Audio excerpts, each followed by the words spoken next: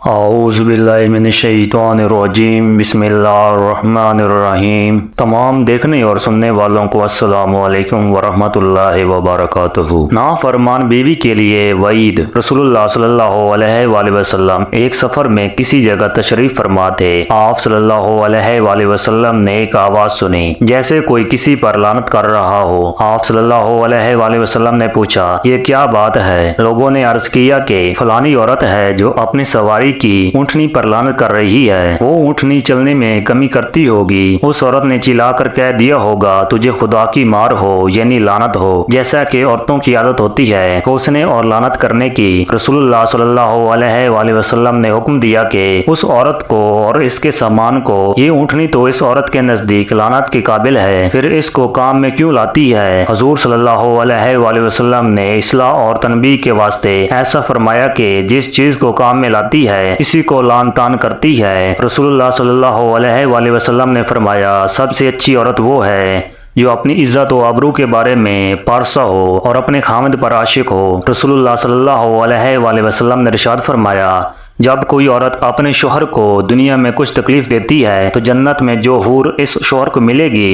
وہ کہتی ہے کہ خدا تجھے غارت کرے، وہ تیرے پاس مہمان ہے، جلدی ہی تیرے پاس سے ہمارے پاس چلا آئے گا۔ رسول اللہ صلی اللہ علیہ وآلہ وسلم نے ارشاد فرمایا، سب عورتوں سے اچھی وہ عورت ہے کہ جب شوہر اس کی طرف دیکھے تو وہ اس کو خوش کر دے، اور جب وہ اس کو کوئی حکم دے تو وہ اس کی اطاعت کرے، اور اپنی جان اور مال میں اس کو ناخوش کر کے اس کی مخالفت نہ کرے۔ شریعت مطہرہ نے بیوی کو اپنے شوہر کی خوب اطاعت اور فرما برداری کا حکم دیا ہے۔ حضور صلی اللہ علیہ وآلہ وسلم نے ارشاد فرمایا، وہ عورت جس کی موت اس حال میں ہو کہ اس کا خاوند اس سے راضی ہو تو وہ جنت میں داخل ہوگی۔ اسی طرح حضور صلی اللہ علیہ وآلہ وسلم نے فرمایا، اگر میں کسی کو سجدہ کرنے کا حکم دیتا تو عورت کو حکم دیتا کہ وہ اپنے خاوند کو سجدہ کرے۔ پھر فرمایا، وہ عورت جس نے 5 وقت نماز ادا کی، رمضان کے روزے رکھے، اپنی شرمگاہ کی حفاظت کی، اپنے شوہر کی اطاعت کی، قیامت کے دن اس سے کہا جائے گا کہ جس دروازے سے تو چاہے جنت میں داخل ہو جا۔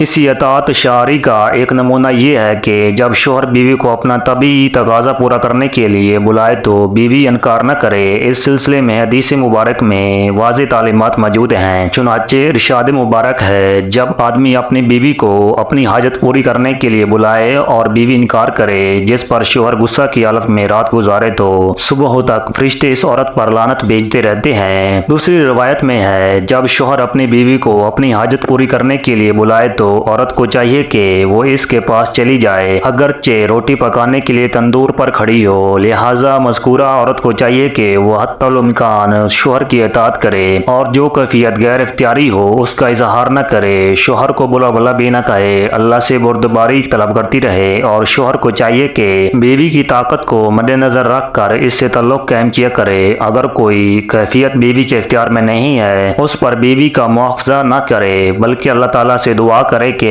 بیوی کے دل میں اس کی محبت آ جائے۔ انشاءاللہ جلد ہی موافقت ہو جائے گی۔ ابن قدامہ المقدسی رحمۃ اللہ تعالی علیہ کا کہنا ہے، اور اگر مرد اپنی بیوی کی نافرمانی کا خدشہ محسوس کرے، یعنی اس میں نافرمانی کی علامات ظاہر ہوں کہ وہ اپنے آپ کو خامد کے سپرد نہ کرے اور اسے استمتاع نہ کرنے دے، یا پھر اس کی بات تو تسلیم کرے لیکن بہت کوشش اور مجبور کرنے کے بعد، تو اس حالت میں خامد اسے واعظ و نصیحت کرے، وہ اس طرح کہ اسے اللہ تعالیٰ سے ڈرائے اور اسے اللہ تعالیٰ کے واجب کردہ احکام یاد دلائے کہ اللہ تعالیٰ نے اس پر خاوند کے یہ حقوق رکھے ہیں، اسے اس کی اطاعت کرنی چاہیے۔ اگر وہ نہیں کرے گی تو اسے گناہ ہوگا اور اس کا حق خرچہ ساقط ہو جائے گا، اور پھر خاوند کے لیے اسے بستر سے الگ کرنا اور اسے ہلکی سی مار کی سزا دینا بھی مباح ہوگا، اس لیے کہ اللہ تعالیٰ کا فرمان ہے، اور وہ عورتیں جن کی نافرمانی سے تم ڈرتے ہو انہیں واعظ و نصیحت کرو، اور واعظ و نصیحت کے باوجود وہ نافرمانی اور سرکشی پر اصرار کریں اور خامد کے ساتھ معاشرت کے لیے راضی نہ ہوں، تو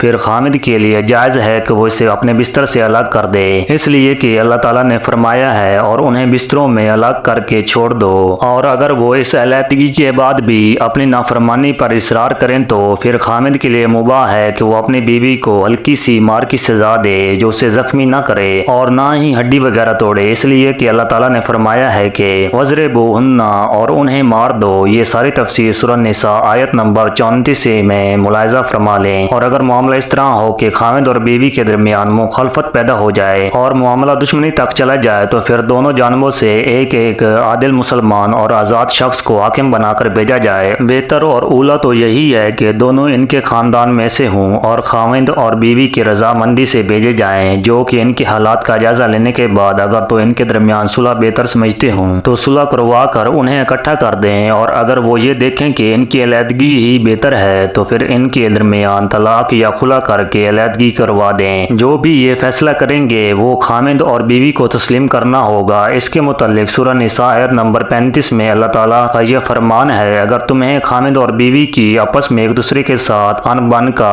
خدشہ ہو تو فَبْعَثُوا حَاكِمًا مِّنْ أَهْلِهِ، ایک منصف مرد والوں کا، وَحَاكِمًا مِّنْ أَهْلِهَا، اور ایک منصف عورت والوں کے گھر والوں سے مقرر کرو۔ اگر یہ دونوں صلح کرانا چاہیں گے تو اللہ تعالیٰ دونوں میں ملاپ کرا دے گا۔ رسول اللہ صلی اللہ علیہ وآلہ وسلم نے ارشاد فرمایا، دوست کی عورتیں جن کو میں نے نہیں دیکھا میرے زمانے کے بعد پیدا ہوں گی کہ کپڑے پہنے ہوں گی اور ننگی ہوں گی، یعنی نام کو بدن پر کپڑا ہوگا لیکن کپڑا اس قدر باریک ہوگا کہ تمام بدن نظر آئے گا، اور اترا کر بدن کو مٹکا کر چلیں گی اور بالوں کے اندر موباف یا کپڑے دے کر بالوں کو لپیٹ کر اس طرح باندھیں گی کہ جس میں بال بہت سے معلوم ہوں گے جیسے اونٹ کا کوہان ہوتا ہے۔ ایسی عورتیں جنت میں نہ جائیں گی بلکہ اس کی خوشبو بھی ان کو نصیب نہ ہوگی۔ اللہ تعالی ہم سب کو سمجھنے اور اس پر عمل کرنے کی توفیق عطا فرمائے، آمین۔